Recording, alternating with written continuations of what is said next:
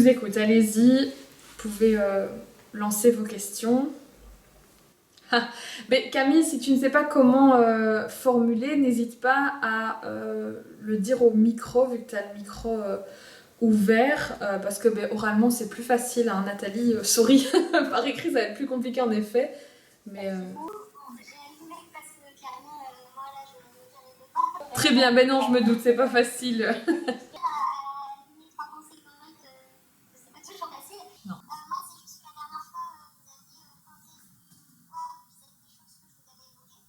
Mhm. Oui.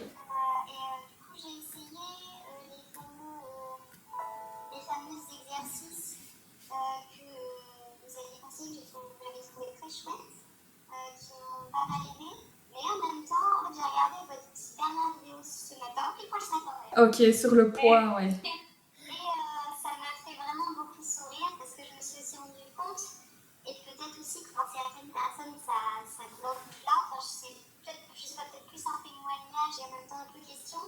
Ouais.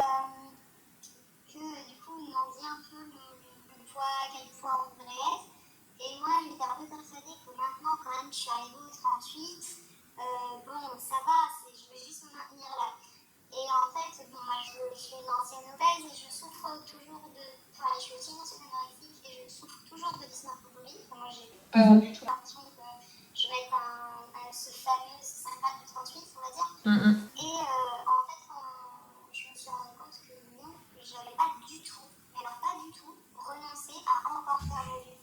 Ouais. Ouais.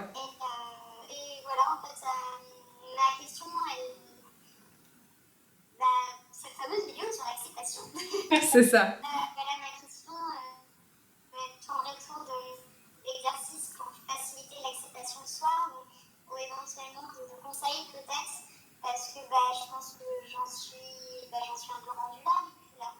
Alors, est-ce que tu pourrais du coup, tu m'as dit que tu avais fait des exercices par rapport à la sécurité. C'était quoi, dis-moi, que tu as fait comme exercice pour...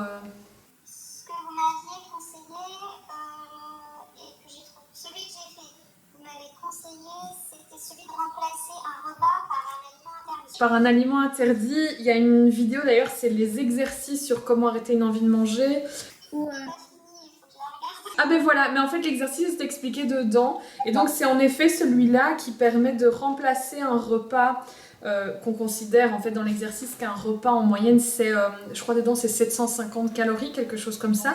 Euh, et on remplace en fait ce repas par 500 calories d'un aliment jugé grossissant pour un petit peu tester justement l'influence de cet aliment quand on le mange pendant 4 jours en fait.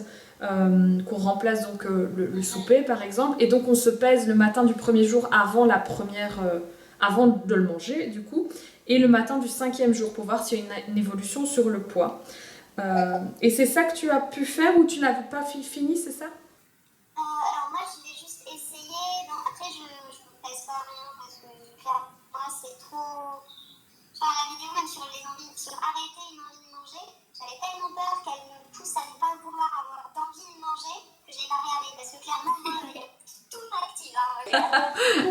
Oh, ce serait dommage quand même qu'on n'ait plus d'envie.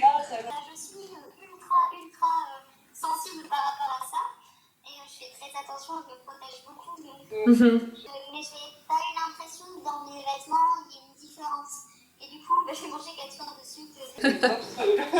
Alors évidemment, c'est intéressant que tu me dis ça, c'est vrai que j'avais pas pensé dans ce sens-là, de comment arrêter une envie de manger. Tout de suite on pourrait penser à ça y est, j'ai plus d'envie du tout quoi. Ah voilà, c'est ça. Alors pas du tout, en effet, si tu n'as pas vu, je peux surtout te dire que en fait c'est même impossible de ne plus avoir d'envie de manger émotionnelle. Et c'est surtout ça que je viens chercher à réguler. C'est-à-dire qu'une envie de manger émotionnelle, c'est quelque chose de tout à fait normal et naturel. On a ça et tu auras toujours ça. On aura toujours ça. Et c'est d'ailleurs quand les régimes mettent ces envies de manger émotionnelles de côté, c'est-à-dire j'ai envie d'un carré de chocolat au soir, et dans le régime on peut pas, que ça vient justement un petit peu foutre le bordel, pour rester poli. Parce qu'on a ces envies de manger et toutes les personnes qui vont dire ah mais j'aimerais bien ne plus avoir envie de, ça fonctionne pas. Donc clairement, tu auras toujours des envies.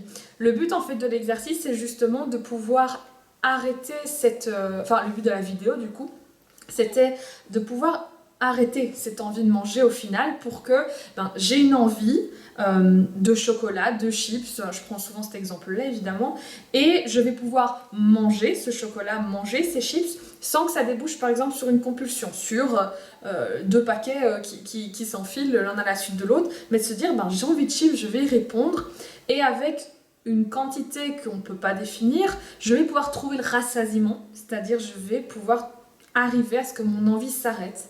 Je vais pouvoir, à un moment, j'avais envie de chips, j'en ai mangé, et puis j'ai plus envie. Et donc ce n'est plus frustrant de s'arrêter, ce n'est plus dérangeant parce qu'en fait cette envie est partie. Quand je n'ai plus envie de chips, j'ai plus envie de chips, simplement. Et donc c'est pas le fait est de ah tiens j'en ai encore envie, mais bon là j'en ai déjà mangé assez en plus, et alors ça devient hyper frustrant, il faut mettre le cadenas, l'enfermer dans l'armoire et puis ne plus y penser. Or ici justement pour trouver le rassasiement, c'est arriver à se dire j'ai plus envie de chips. Et quand on n'a plus envie, après en avoir mangé, ça devient vraiment très facile en fait avec ça. Je sais pas si tu comprends ce que je veux dire.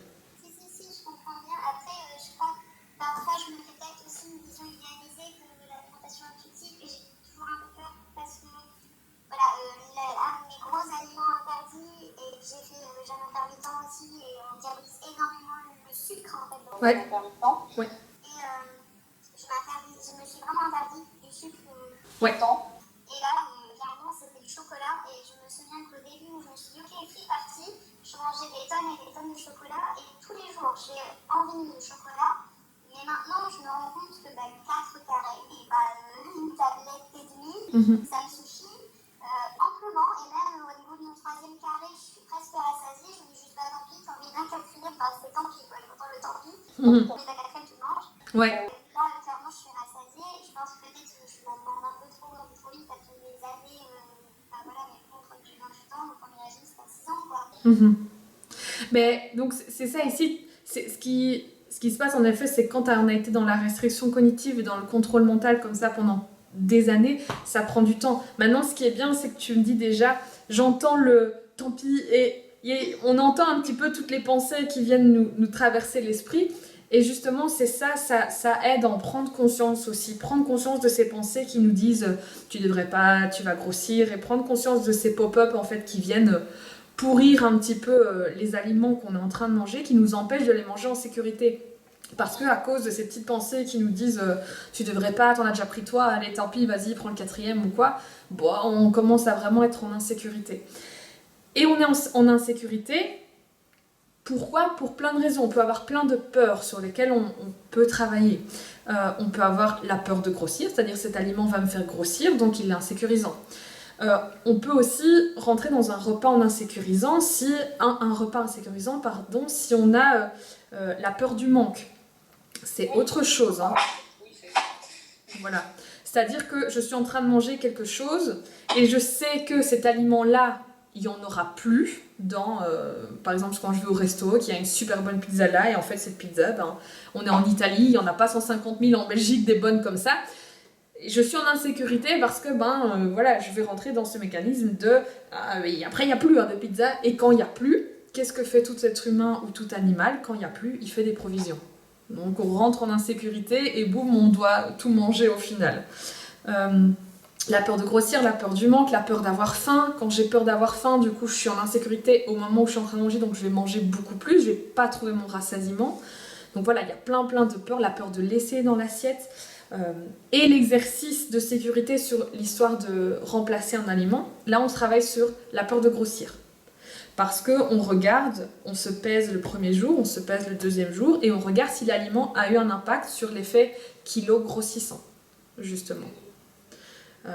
Mais du coup, l'insécurité, on peut l'avoir sur beaucoup de choses. Alors Nathalie, ne t'en fais pas, je vois tes messages.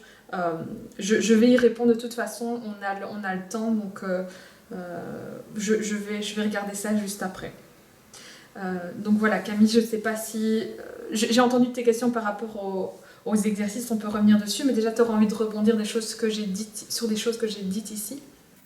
Non, non, je suis tout à fait d'accord. Enfin, je me rends compte que moi j'ai une psychothérapie, hein, donc j'ai déjà longtemps et je me rends compte que c'est vraiment extrêmement lié avec la question de l'adaptation. C'est jamais vraiment la question.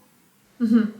Ouais, il y a beaucoup de choses qui viennent interférer. Mais en tout cas, pour cette question du rassasiement, pour pouvoir arrêter quand on a des envies de manger simplement, qui sont naturelles jusque-là, c'est normal, il faut répondre à une envie de manger. Et d'ailleurs, du coup, sur cette vidéo, comment arrêter une envie de manger, la première chose à faire, c'est de répondre à l'envie. C'est-à-dire que si je veux que mon envie de chocolat s'arrête, il faut que je mange du chocolat. C'est pas en mangeant une carotte que le chocolat, mon envie, elle va partir. Et il faut que j'éprouve du plaisir aussi à ce moment-là, parce que si j'ai envie de chocolat, c'est peut-être aussi le chocolat noir que je préfère, et si je prends du chocolat blanc, ça va pas faire le même effet. Or, ça s'appelle chocolat, mais on n'est pas quand même dans la même catégorie. Donc ça, c'est la première chose, c'est que pour qu'une envie s'arrête, première chose, il faut y répondre. Ensuite, il faut être attentif à ce qu'on mange, faire attention aux goûts, aux textures qui sont là dans la bouche, au trajet, par exemple. Enfin, il y a plein d'exercices pour porter attention. Et ensuite, on travaille sur la sécurité. C'est-à-dire que si je suis en train de répondre à mon envie, je suis attentif, mais que je suis en train de me dire que ça va pas, ça va me faire grossir, etc. Alors là, malheureusement, déjà, je suis même plus attentif à ce que je mange, parce qu'il y a mes pensées, en gros, qui m'empêchent d'être attentif au goût, parce que je suis surtout attentif à ce qui est dans ma tête.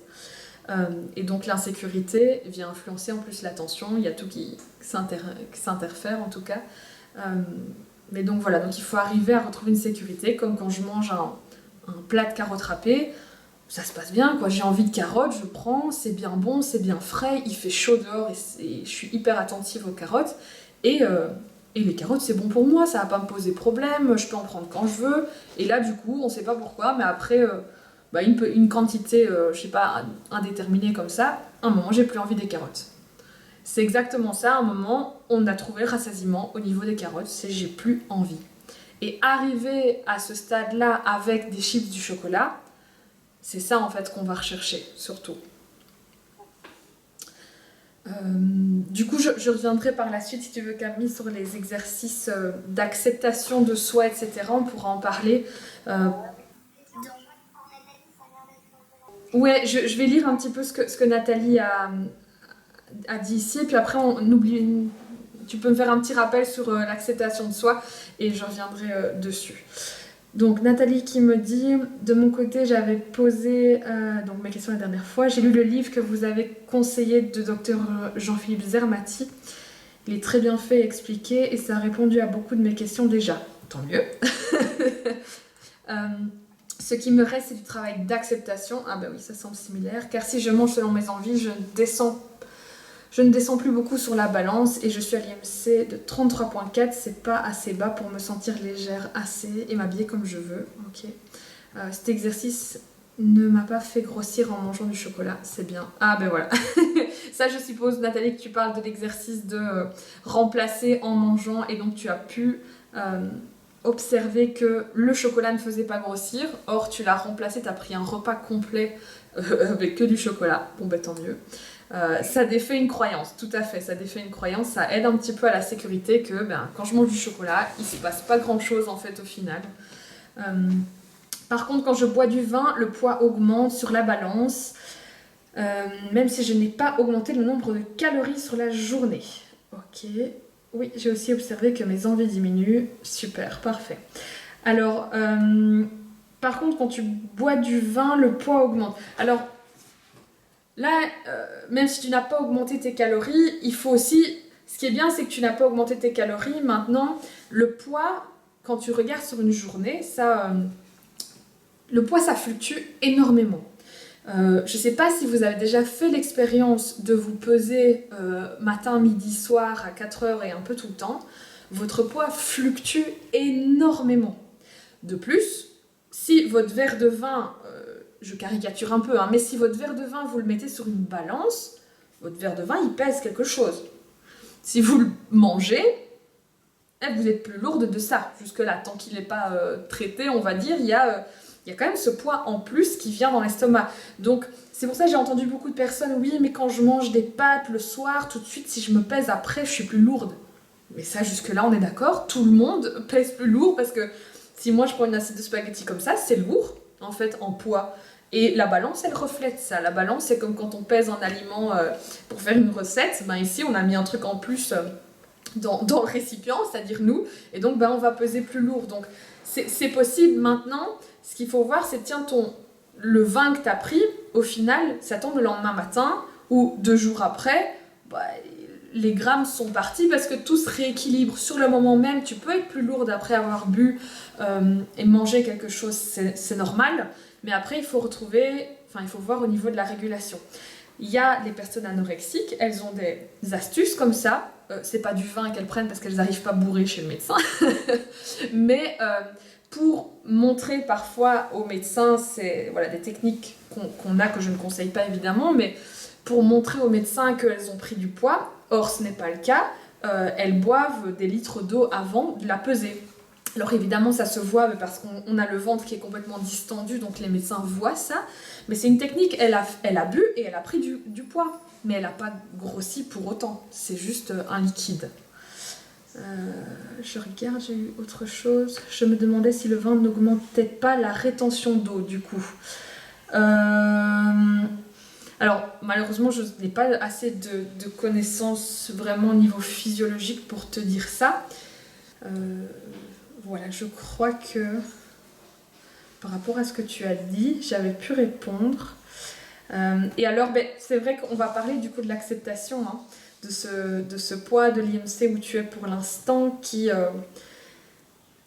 c'était quoi que tu as un IMC de 33,4 mais que ce n'était pas assez bas pour te sentir légère et pour t'habiller comme tu veux. Que donc un petit peu on se retrouve comme à la dernière vidéo, comme j'emploie le terme de poids barrière, c'est-à-dire qu'on a un poids où on arrive à manger peut-être tout ce qu'on veut, on a perdu un peu de culpabilité, on profite au niveau alimentaire, mais il se trouve que ce poids stabilise à un IMC qu'on juge pas bon pour la santé. Et donc on se retrouve vraiment dans le poids barrière. Alors Camille, je ne sais pas si par rapport du coup à cette notion d'acceptation, tu voudrais poser des questions précises. Nathalie, n'hésite pas à en poser des questions précises dans le chat aussi. Comme ça, je peux y répondre par rapport à l'acceptation de soi, l'acceptation du poids. C'est tout un sujet évidemment, mais on peut aborder quelques petites choses aujourd'hui.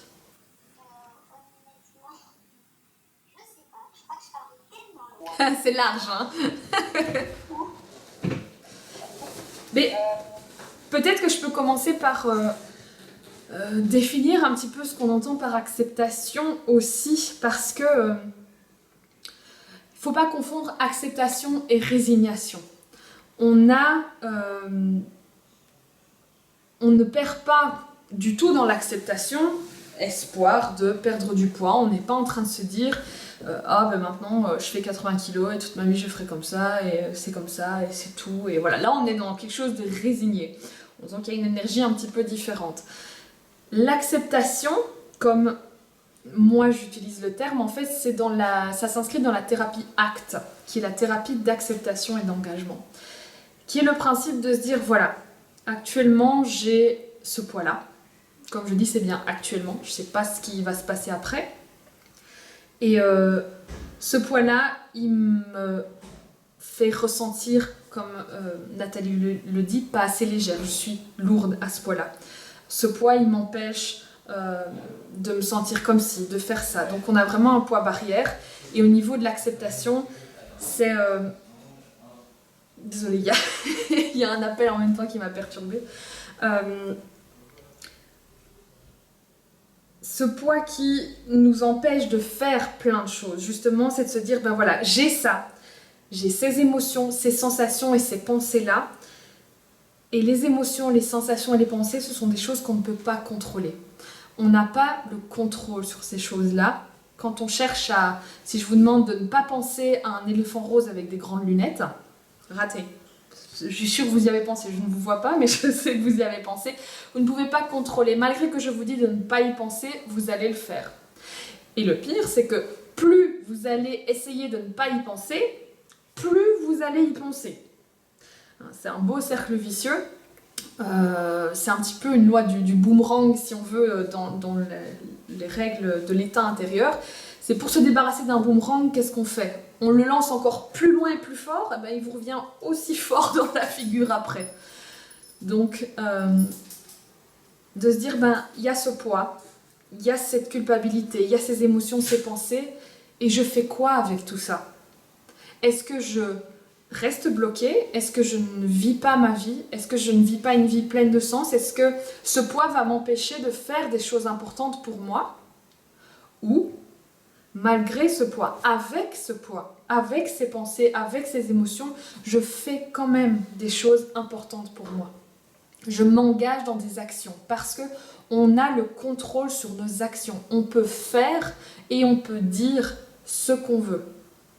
Moi, je me pose la question aussi, savoir si parfois le toit, ça serait pas les symptômes, entre guillemets, où on se dit je fais pas ça à cause du toit, alors qu'au final, parfois, même une fois qu'on a une vie, en fait, il n'y a rien qui change, on a toujours la même personnalité, on est exactement la même personne, c'est pas le toit qui est magique.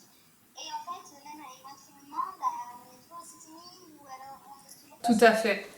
Tout à fait. C'est important de ce que tu dis là parce qu'il y a beaucoup de patients justement qui se disent que une fois qu'ils auront atteint ce poids-là, tout ira mieux.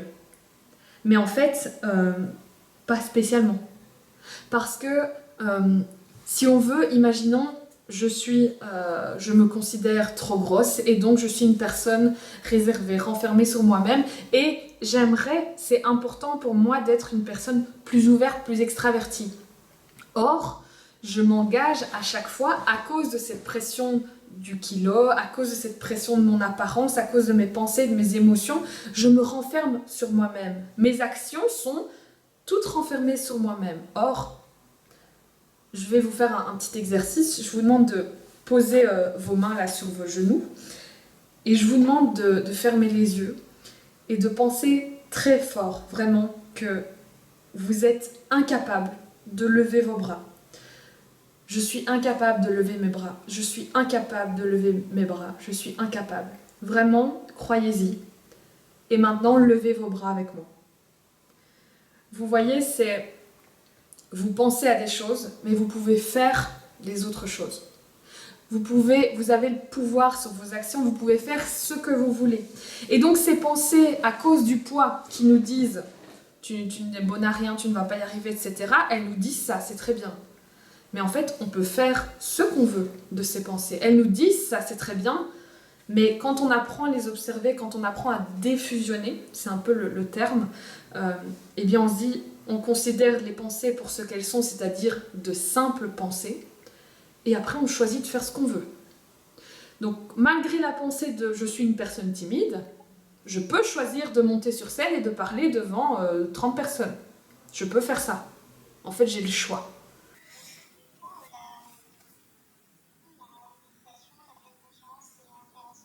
Tout à fait. La méditation, enfin, tout à fait. Pour moi, en tout cas, c'est intéressant. Bien sûr, tout ce que je dis ici, ce sont mes réflexions à moi. Mais c'est important pour moi, la méditation, parce que ça apprend à faire un retour sur soi. Et dans l'acceptation, on a besoin d'identifier pour moi, et dans l'alimentation, ces sensations. C'est important de savoir, par exemple, quand j'ai faim, quand j'ai mal, quand je suis stressée, je ressens quoi? Quand je suis en colère, je ressens quoi? Pour apprendre à identifier ce qui se passe dans notre corps. La méditation peut aider à juste observer nos pensées, sans qu'elles nous influencent dans nos actions. Ça, c'est très important pour moi avec la pleine conscience. C'est-à-dire, j'observe que je suis en train d'avoir une pensée qui me dit que là je m'embrouille, que je suis en train de bavarder, qu'en même temps j'ai la caméra qui m'observe, que ça me stresse, que je me dis que si pub. Wow. Alors soit je peux me bloquer complètement, soit je peux me dire bon bah vas-y continue. Parce que c'est important pour moi de continuer cette conférence et de faire du mieux possible. Et du coup la pleine conscience aide à observer ces pensées, prendre une distance et les considérer pour des simples pensées. Et d'observer ses émotions aussi, d'identifier ses émotions. Les sensations, les pensées, les émotions, pour moi, c'est quand même 3 choses qui sont assez importantes. Et la méditation aide à, la pleine conscience aide à en prendre conscience. et prendre conscience que on a des pensées qui nous disent que à 80 kilos, on peut pas être belle. À 80 kilos, on peut pas être bien, on peut pas tomber amoureux, on peut pas avoir un bon travail, on peut pas avoir un salaire à la hauteur parce qu'on est gros. D'observer ces pensées-là, d'observer ce qu'elles nous font. Et puis après, on peut agir comme on en a envie, en fait, au final. Je sais pas si ça vous parle un petit peu ce que je dis ici. Je regarde ce que Nathalie a répondu. On vit aussi une période difficile car on ne peut plus rien faire pour se distraire ou profiter de la vie. Alors oui, si ce n'est que c'est là encore une fois que tu peux observer ta petite pensée qui dit qu'apparemment on ne peut pas profiter de la vie quand on est en confinement. Encore une fois, on peut faire ce qu'on veut. Oui et non, dans les règles du Covid bien évidemment, mais c'est quoi profiter de la vie? C'est ça qui est important aussi, c'est quoi profiter de la vie?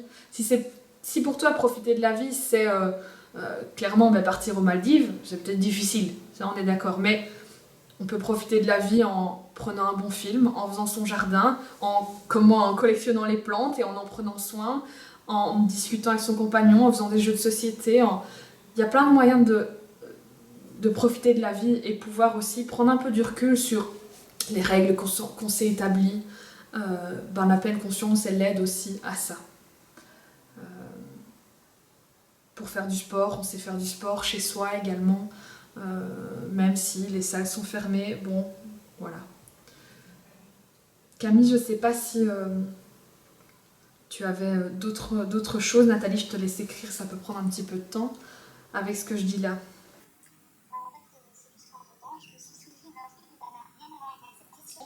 Dis-moi, oui. Ah ben non, vas-y, tu peux revenir, je peux revenir, je ferai un petit peu des suites si jamais.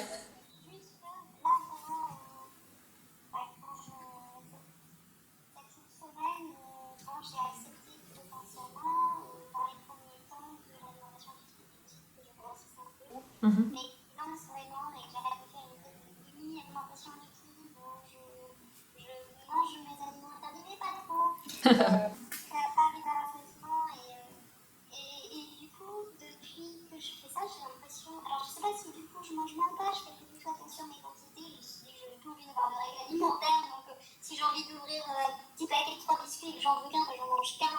Mhm. Et du coup, je me suis rendu compte que j'avais beaucoup plus souvent faim. Et je me demandais si éventuellement il y avait quelque chose qui pouvait se débloquer psychologiquement. Est-ce que parfois, quand on ne veut pas avoir faim, on n'a pas faim? Est-ce que. Enfin, je sais pas. Voilà, c'est ma question.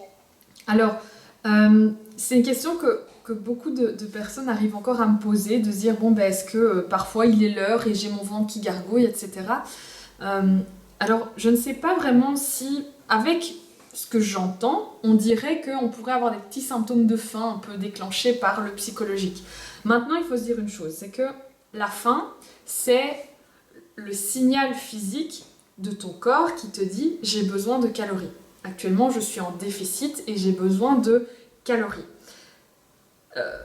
Quand on a faim et qu'on attend, on attend, la faim commence à monter, on passe par une petite, une moyenne et une grande faim. À un moment, la faim, elle disparaît pas. Parce que le corps, il est de plus en plus en demande, si on veut. Et tout d'un coup, il va pas se dire « Non, tracasse, en fait, fausse alerte, ça va, j'ai mal compté. » Non, ça reste la faim, généralement. Donc, il n'y aurait pas d'influence psychologique. Mais par contre, ce qui peut se passer, c'est que si tu commences à rentrer dans une alimentation que je pourrais qualifier de plus intuitive, peu importe le nom qu'on lui donne, mais en tout cas, à l'inverse du contrôle mental, tu peux arriver à réguler tes quantités sans le savoir, à manger moins calorique, sans contrôler ça, à dépenser peut-être plus et donc à rentrer peut-être beaucoup plus en régulation. Et donc tu laisses l'occasion à ton corps d'attendre sans la moindre frustration jusqu'à ce que tu aies faim. Et donc il se trouve que tu as faim plus fréquemment. Et pour moi c'est assez positif parce que c'est un symptôme qui est naturel. Avoir faim, c'est quelque chose de normal. C'est le corps qui communique. Il commence à pouvoir s'exprimer. tu commences à pouvoir lui laisser le temps d'avoir faim aussi, sans que ce soit frustrant, sans devoir du coup respecter des horaires. Je sais pas si pour toi c'est plus agréable en fait de manger comme ça du coup.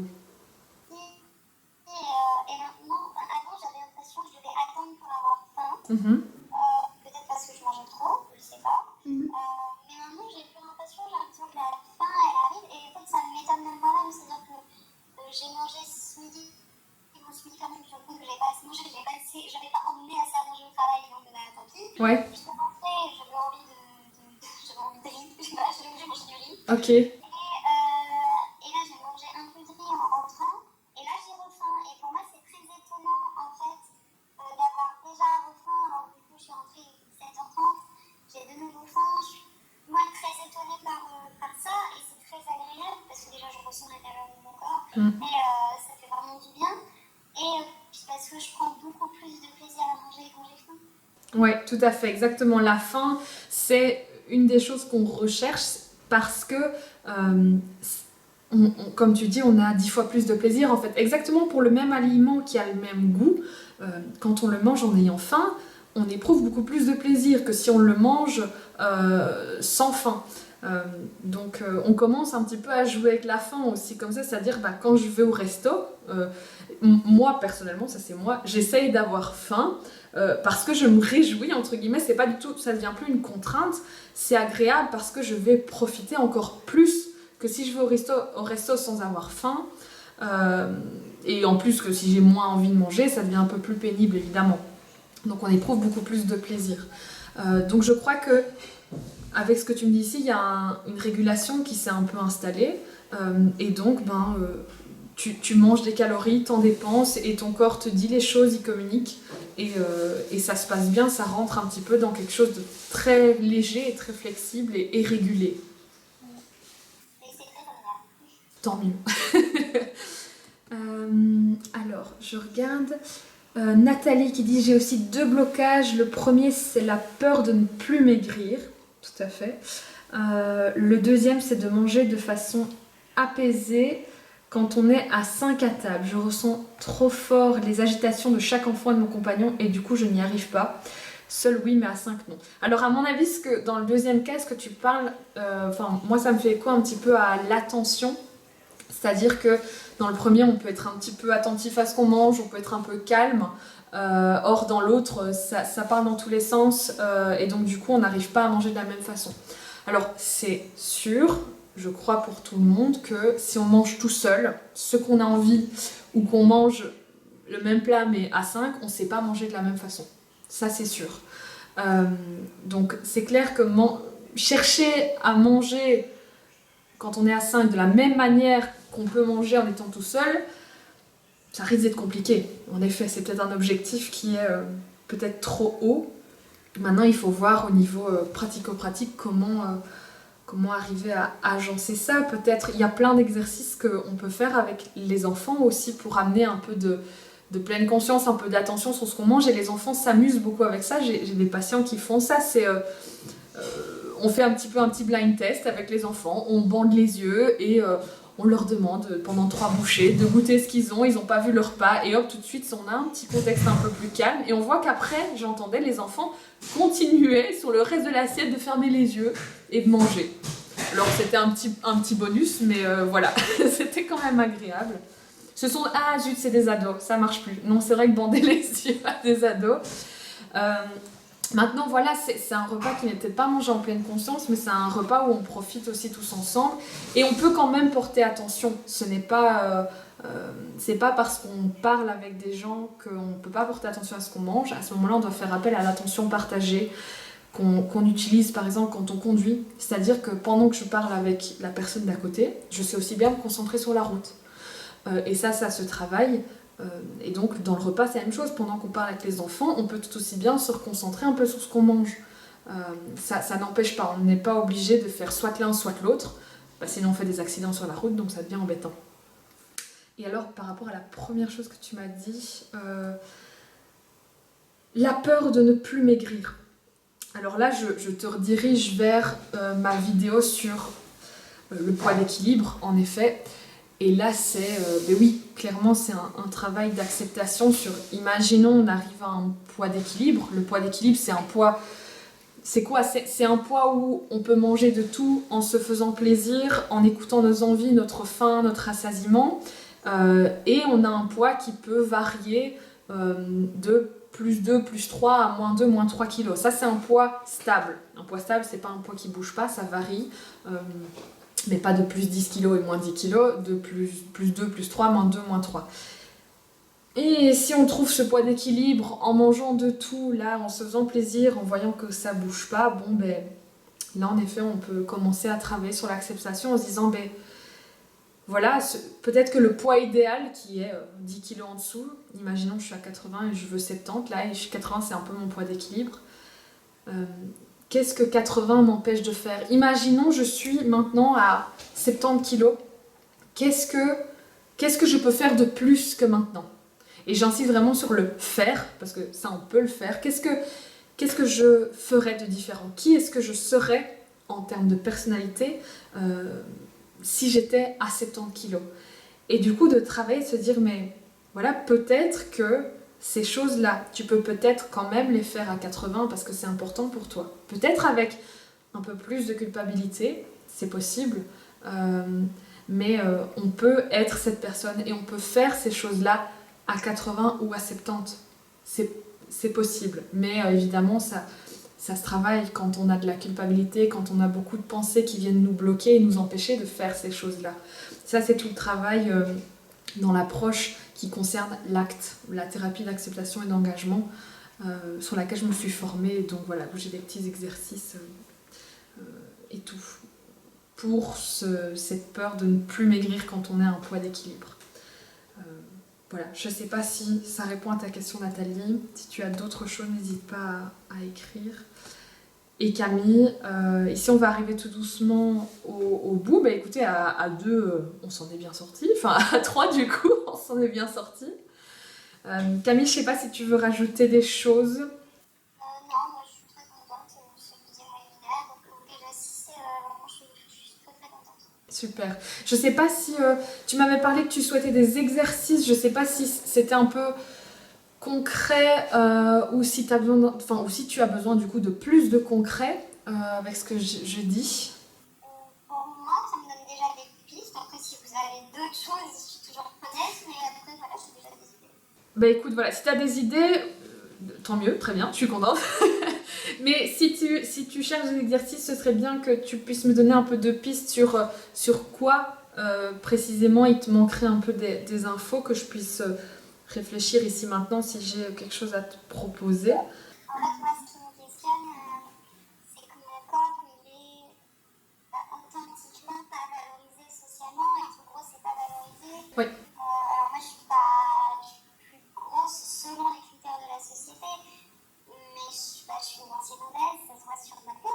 C'est pas facile, je trouve, de savoir qu'on a un corps qui est vu comme moche, et moche, c'est rejeté, et comment avoir quand même un rapport, au moins un rapport de paix, j'ai envie de dire, mais si on ne trouve pas beau, de paix, avec un corps que les gens vont au moins regarder à deux fois et vont dire mais qu'est-ce que c'est que ça? Voilà, c'est un peu ce que je ne sais pas comment je dirais, ne pas nous le rejeter parce que les autres le rejettent.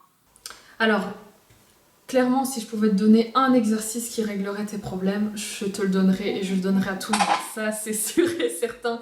Parce que c'est une problématique évidemment qui est très, très grande. Un petit peu, du coup, ce que tu me dis, c'est un peu vraiment ce jugement des autres sur nous-mêmes et du coup ce jugement qu'on s'approprie et qu'on se fait à soi-même, quoi.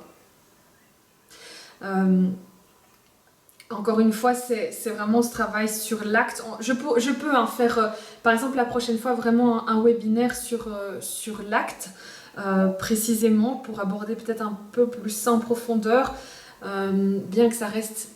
Il faudrait que je réfléchisse un peu comment l'adapter en format webinaire, parce que j'ai l'impression que ça reste assez individuel, personnel, et vraiment un travail, en fait, et donc c'est plus difficile en question-réponse là-dessus. Mais pourquoi pas déjà apporter des petits exercices. Maintenant, encore une fois, j'aurais envie de revenir sur la diffusion de pensée. C'est-à-dire que J'ai une pensée qui me dit que mon corps n'est pas celui accepté dans la société. J'ai une pensée qui me dit regarde celui-là, il t'a regardé de travers, c'est parce que t'es grosse, etc. Et là, j'aurais envie de revenir sur cette diffusion de pensée. C'est une pensée. C'est un truc qui va me faire ci, me faire ça, me faire du mal. Mais cette pensée-là doit pas me bloquer, doit pas m'empêcher de faire des choses importantes pour moi, de dire des choses qui sont importantes pour moi. Et que ces pensées ne doivent pas être bloquantes. Et encore une fois, la culpabilité dans notre société, quand on est gros, elle est là. Malheureusement, pour l'instant, on essaye avec plein de les Instagram, plein de personnalités qui essayent de faire bouger les choses pour qu'il y ait moins de culpabilité. Mais aujourd'hui, à l'heure actuelle, c'est dommage de dire ça, mais ça devient presque normal au final d'être jugé. Et on peut presque pas faire sans quand on est gros, entre guillemets, dans la société. Et donc, c'est se dire, bon ben voilà, il y a des jugements. C'est comme ça, et ça on peut pas contrôler ce que les autres disent, comment les autres nous regardent, je peux pas contrôler ça. Ce que je pense de moi-même, penser vraiment une pensée, je peux pas le contrôler non plus, mais ces pensées-là doivent pas nous bloquer. Et donc je t'inviterai à vraiment faire un peu de travail de pleine conscience sur la diffusion pour apprendre à considérer ces pensées pour de simples pensées, comme celle qui dit ah, tiens maintenant il fait noir. Et c'est voilà, il fait noir, je vois que j'y pense. Et Sur le fait que je suis piscine, c'est quand même vachement cool, il fait beau et je vais me baigner, quoi. alors, tu vas pas pouvoir peut-être te concentrer sur autre chose. Tu peux en effet être attentif et se dire bon ben voilà, je vais vraiment me concentrer sur si je suis à la piscine, sur l'eau, sur mon corps, sur profiter vraiment de ce bon moment, sur les sensations, focaliser mon attention. Malgré qu'on me regarde, bah, tu sais quoi, je vais quand même aller faire le toboggan parce qu'en fait j'ai envie de faire ce toboggan. Parce que voilà, j'ai envie et je vois pas pourquoi. Parce que je sens un regard, ça va me bloquer. Et que malgré ces pensées, oui, en fait, aller à la piscine. Parce que si c'est important pour moi de mettre en maillot et d'aller à la piscine, de toute façon, les jugements des autres, il y en aura. Et de toute façon, je pourrais pas le contrôler. Ce que je peux faire, par contre, c'est aller à la piscine. Et vas-y. Non, j'avais terminé.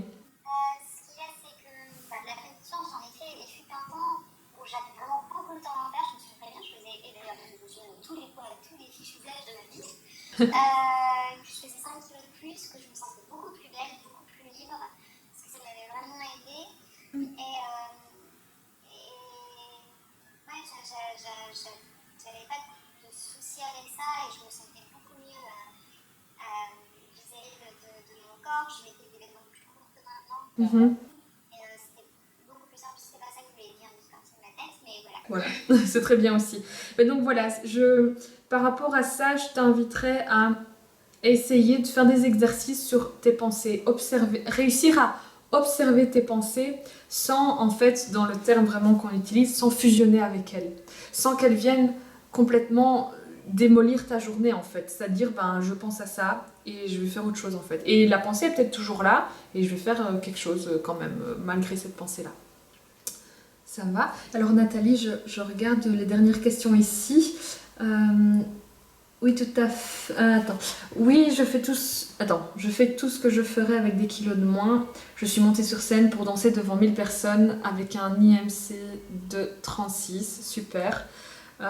Mais j'aimerais m'habiller autrement et en danse, je me sentirais plus légère et je prendrais plus de vitesse.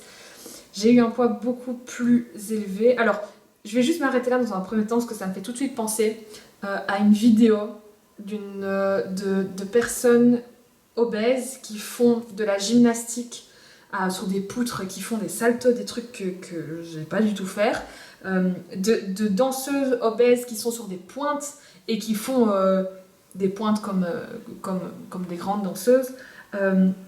Encore une fois, ça devient une pensée limitante parce que franchement, ça c'est une question de sport aussi, peut-être de s'entraîner, peut-être que le fait de penser qu'on ait un poids va nous empêcher de faire du sport, mais de ce que j'ai vu, peut-être que ça peut te bloquer physiquement, mais n'empêche que je crois que c'est possible en fait. Je crois que c'est possible, j'ai vu des vidéos qui montrent que même avec une obésité, elles étaient sur des pointes et elles faisaient des grands écarts et elles faisaient des pas chassés, des sauts incroyables et c'était très beau à voir, juste par rapport à ça.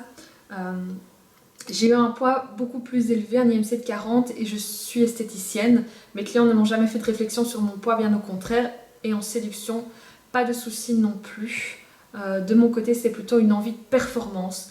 Mais niveau mental, je trouve que je n'ai pas de blocage avec les autres. Donc tant mieux s'il y a moins de jugement. J'ai déjà regardé ces personnes obèses qui font des choses incroyables en danse ou en sport. Ouais, tout à fait, c'est des belles vidéos à voir. Donc aussi, regarde, observer un petit peu tes pensées, celle qui te dit que si je faisais moins de kilos, je pourrais prendre plus de vitesse, je pourrais faire ci, faire ça. Euh, alors ça dépend des critères de vitesse. Clairement, si tu veux atteindre le niveau du Usain Bolt, bon, on va peut-être revoir le niveau sportif, mais même pour moi et même pour tout le monde, ça je crois. Mais c'est quoi aussi ton critère de vitesse? Quels sont tes objectifs? Et encore une fois, le poids ne doit pas limiter parce que je crois que il n'a pas de limite au final au niveau des compétences physiques parce que d'ailleurs si on parle vraiment de sport, bon ben si on vient à vouloir augmenter ses compétences de vitesse, ses compétences d'endurance, au final le poids va peut-être pas bouger, le corps va changer avec de la musculature et je crois que les personnes qui sont obèses là, et qu'on voit faire du sport sont des personnes qui sont au final extrêmement musclées parce que pour faire les pointes comme elle en faisait, ayant fait un peu de danse, il faut des muscles à crever et donc au final elles ont peut-être un poids comme ci comme ça mais à l'intérieur c'est de la force, c'est du muscle et ça leur permet de gagner de la vitesse, de gagner de la grâce, de gagner ci et ça. C'est du hip-hop, ça va plus vite. Ok, ouais, en effet. Ça va plus vite. Mais bon, ça reste quand même le même principe en tout cas. Voilà, je sais pas si j'ai pu répondre un petit peu à tout ça. Je referai un webinaire. Pourquoi pas faire un webinaire sur des méditations, sur de la pleine conscience qu'on pourrait faire. Et là, on prendra un webinaire d'une demi-heure où je peux faire des petites méditations. Un webinaire sur l'acceptation où on reste focalisé un peu sur ce thème-là. Voilà, super. Merci en tout cas à toi Nathalie, Camille aussi pour ces partages. Je suis très contente qu'à trois on ait pu vraiment du coup approfondir des sujets. C'est très chouette aussi que quand on est plus nombreux, on garde des questions un peu plus larges. Donc voilà, c'était super. Je sais pas si vous avez des dernières choses à rajouter. Non, pour moi c'est bon, je vous remercie beaucoup. Super, parfait. Ben écoutez, je vous souhaite une bonne soirée.